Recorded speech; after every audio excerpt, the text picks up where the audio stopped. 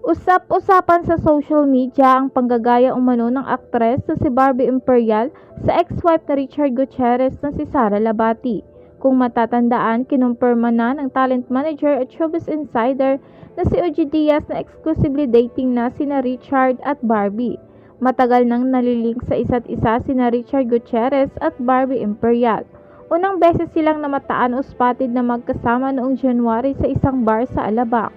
Pangalawa naman noong May 27 matapos mag-viral ang mga litrato ng dalawa na namamasyal sa isang sikat na street food at shopping district sa South Korea na Myeongdong. Pangatlo ang larawan na ibinahagi ni Barbie sa social media habang nag-workout ito sa isang gym at nasa likod ang aktor na si Richard. Samantala, ang inakusahan ng mga netizens na ginagaya umano ni Barbie si Sara Labati. Sinasabing social media post ni Barbie noong April 22, 2024, makikita na naka-culinary uniform ang dalaga. Ito rin ang suot ni Sara Labati noong June 1, 2023 habang sila pa ni Richard Gutierrez. Sa ng isang netizens, pwede naman siyang mag-white kaso obvious naman na ginagaya niya si Sara. Hindi naman yung white dress issue dito kundi nanggagaya si Barbie.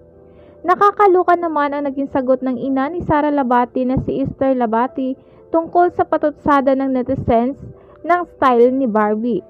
Sa ngayon, wala pang sagot si Barbie tungkol sa paratang sa kanya ng mga netizens.